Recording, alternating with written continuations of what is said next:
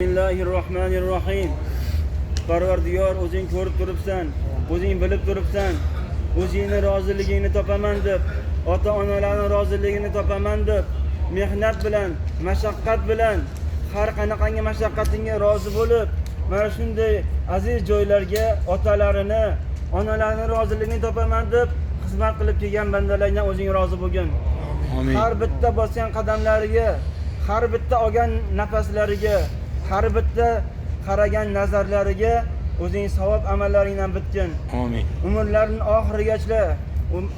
oxirigacha o'zingning roziligini topgan, o'zing rozi bo'layotgan amallarni bularni yo'llarga ko'rsatib qo'ygan. Ota-onalardan rozi bo'lganki, mana shunday kunlarga yetib kelishlariga sababchi bo'ldilar. Barchalarimizni ota-onalarimizdan rozi bo'lgan. Bu dunyoga mu'min qilib, musulmon qilib yaratib qo'yibsan. Alloh o'zingga beadad shukrlar bo'lsin.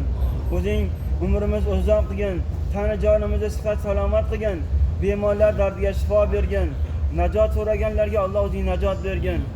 Allohim, bu dunyoda o'zingdan najot so'rab, yordam so'rab, dardlarga shifo so'rab yotgan barcha bemorlar dardiga shifo bergin. Qancha qarzdorlar bor, Allohim o'zing najot bergin. Haqlardan qutulsunlar. Bu dunyodan o'zingning huzuringga nohaq bo'lib, uyalib, xijolat bo'lib borayotgan qilib qo'ymagin. O'zingning huzuringga yorug' yuz bilan borishimizni, iymon nuri bilan borishimizni barchamizga nasib qilgin. Amin. Allohim, o'zingning kalomingni barchamizni qalbimizga joy qilgin. Mana hozirgi kunlarda duolarimiz so'raylikki, Allohning kalomini qo'ysin. Alloh o'zining kalomini qalbimizga joy qilib qo'ysin.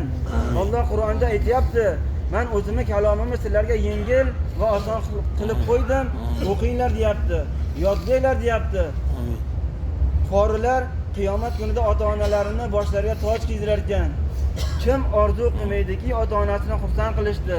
Mana bu dunyoda shunchalik xizmat qilyapmiz. Shu ota-onamiz rozi bo'lsa, Alloh bizdan rozi bo'lar ekan deyapmiz.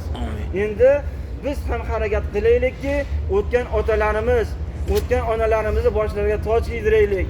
Alloh o'sha kunlarda ko'rishda barchamizga nasib qilsin. Barchamizni o'zining huzuriga borganda yorug' yuz bilan jannatlarda Havz-i Kavsar atrofida payg'ambarimiz alayhissalom ummatlarni jamlagan vaqtda biz ham o'shalar qatorida turaylik. Gunohkor ummatlari qatorida qilib qo'ymasin.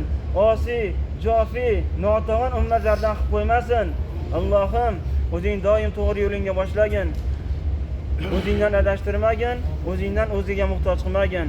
Allohumma g'firli va li validayya val ustoziyya val jami'il mu'minin val mu'minat val muslimin val muslimat al ahya'i minhum val amwat.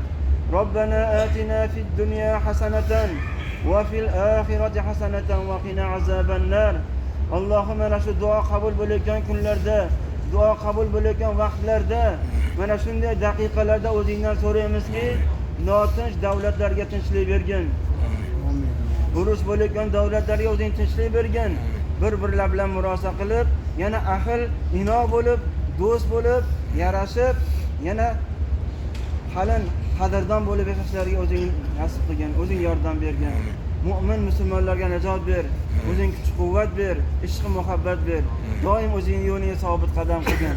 Allohumma solli va sallim va barik alayhi bi fadlika va karamika bi rahmatika ya arhamar rohimin. Allohu akbar.